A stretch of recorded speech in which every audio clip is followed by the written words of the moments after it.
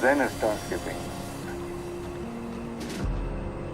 might be something like forgetful awe. Right? If you're going to ask a Zen question, you're going to get a Zen answer. The idea that I know what I mean. What I mean is you get the awe, right? Stone skipping to me is in the exact same category as watching a fire, watching clouds, looking at the stars or a shooting star, watching a sunset, right?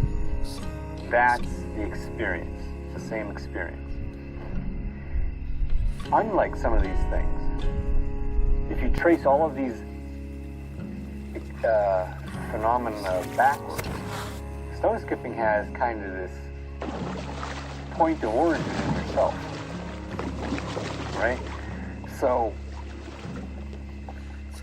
you're an agent of your own awe, which I find fascinating, right? I don't think there's anybody who skips rocks who isn't ultimately, repeatedly fascinated by their own good throws. And not in like an ego way, but it's like they create an event and then they get to step back almost objectively and watch essentially fireworks go off. And then rather than like a normal firework or a sunset, you don't have to wait till the next day or the next holiday. You get to launch another one and then step out. That's one aspect of it. Another aspect of it, but why I say forgetful? Because for all the thinking I do, the memory, right, of everything you've done up to that moment,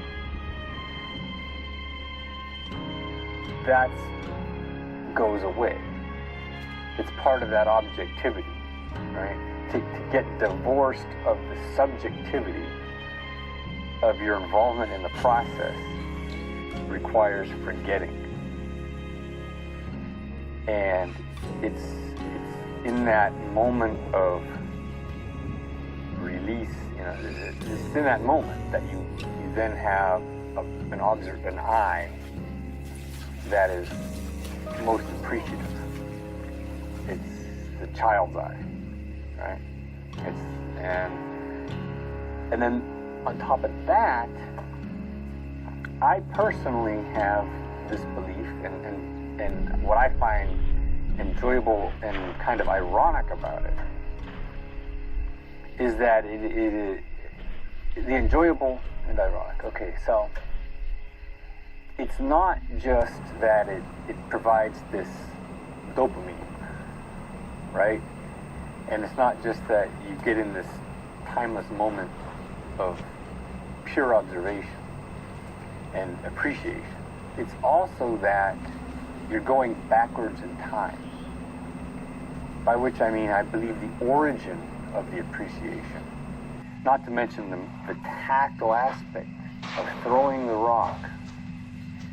And it's not just that.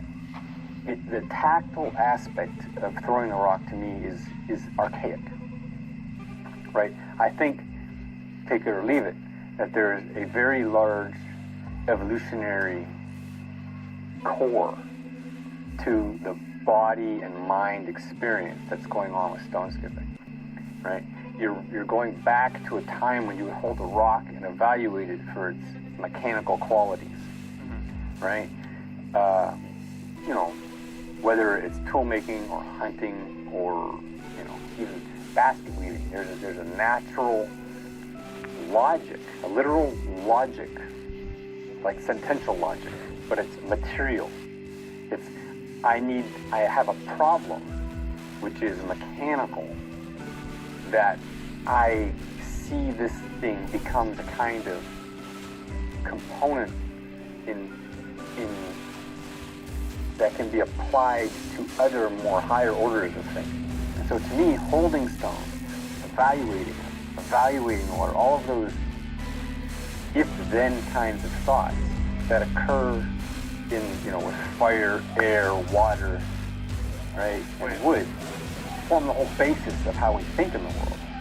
And I personally believe that the last component of all of this is really the tail end of the Zen here, is that it's mentally healthy. And not just in the sense that it's a good release or whatever, it's that it provides a biologically assumed nutrient that is at the core of clear thinking, grounded thinking, and just human maturity. The necessity, it's almost like this, I would say, that to grow up right, you have to be social. Okay? And to be healthy in a world which is kind of detached itself from the material through handheld devices, right? And theater, or whatever. All of which is fun. But in terms of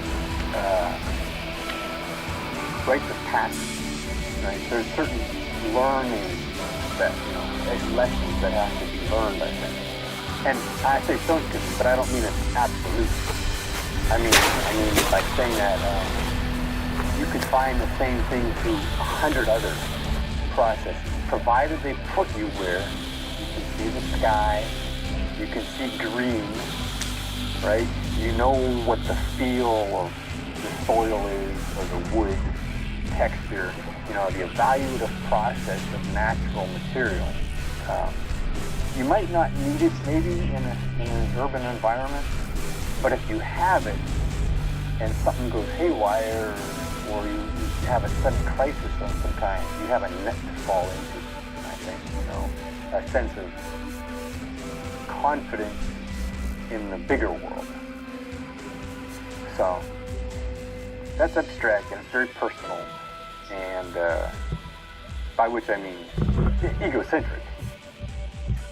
Is this the Special Reserve? It was in his pocket, Special Reserve.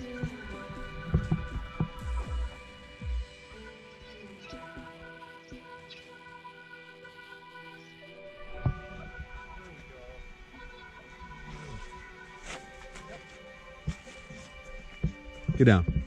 Down. Hey, who's a good skipper? Yeah, that was the one I wanted. That guy. All right. That guy's a good skipper.